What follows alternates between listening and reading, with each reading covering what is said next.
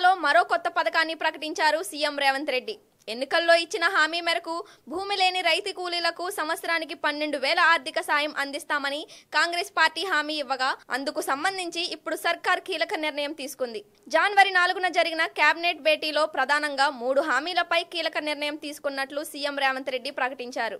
అందులో భాగంగా రైతులు ఎప్పుడెప్పుడా అని ఎదురు చూస్తున్న రైతు భరోసా పథకం ఒకటి కాగా కొత్త రేషన్ కార్డుల జారీ మరొకటి. ఈ రెండిటితో పాటు భూమి లేని రైతు కూలీలకు 12,000 ఆర్థిక సాయం కూడా ఇవ్వనున్నట్లు ప్రకటించారు. ఈ 3 పథకాలు జనవరి 26వ తేదీ నుంచి ప్రారంభించున్నట్లు వెల్లడించారు. భూమి లేని వ్యవసాయ రైతు కుటుంబాలకు ఏడాదికి 12,000 రూపాయలు ఇవ్వాలని నిర్ణయం తీసుకున్నట్లు సీఎం రేవంత్ రెడ్డి వెల్లడించారు. గతంలో తాను పాదయాత్ర చేసిన సమయంలో కౌలు రైతుల కష్టాలు తన దృష్టికి వచ్చాయని, అందుకే భూమి లేని వ్యవసాయ కుటుంబాలకు కూడా ఏడాదికి 12,000 రూపాయలు ఇవ్వాలని నిర్ణయం తీసుకున్నట్లుగా తెలిపారు. ఈ పథకానికి ఇందిరమ్మ ఆత్మీయ భరోసా అని నామకరణం చేసినట్లుగా రేవంత్ రెడ్డి వెల్లడించారు. ఇదంతా బాగానే ఉంది, కానీ అసలు ఈ ఇందిరమ్మ ఆత్మీయ భరోసా పథకం ఏ విధంగా ఇస్తారు?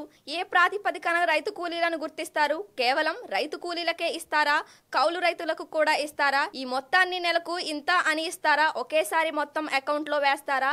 ఇలా రకరకాల అనుమానాలు వ్యక్తం అవుతున్నాయి. ప్రస్తుతం రాష్ట్రంలో ఇందిరమ్మ ఆత్మీయ భరోసా పథకం పైనే సర్వత్రా చర్చ నడుస్తోంది. భూములు ఉన్న రైతులు కొందరు వ్యవసాయం చేయలేక కౌలుకిస్తుంటారు. మరి ఆ కౌలు చేసే రైతులకు ప్రభుత్వం కొత్తగా తీసుకున్న ఇందిరమ్మ ఆత్మీయ భరోసా కింద ఆర్థిక సాయం ఇస్తే, మరి ఆ కౌలు చేసే రైతులకు ప్రభుత్వం కొత్తగా తీసుకొస్తున్న ఇందిరమ్మ ఆత్మీయ భరోసా కింద ఆర్థిక సాయం ఇస్తే, మరి అసలు భూములున్న రైతులకు రైతు భరోసా ఇస్తుందా ఇవ్వదా అన్నది ఇప్పుడు ప్రజల్లో నెలకొన్న ప్రధాన అనుమానం. సీఎం రేవంత్ రెడ్డి చేసిన ప్రకటన కౌలు రైతులకు సంతోషాన్ని కలిగిస్తుండగా, కౌలుకు భూములు ఇచ్చిన రైతులకు మాత్రం ఆందోళన కలిగిస్తోంది. ఒకవేళ భూములు ఉన్న రైతులకు, భూమి లేకుండా వ్యవసాయం చేసే రైతులకు 12,000 రూపాయలు ఇస్తే ఈ పథకాలను మరికొంతమంది దుర్వినియోగం చేసే అవకాశం ఉంటుందన్న వాదన కూడా వినిపిస్తుంది.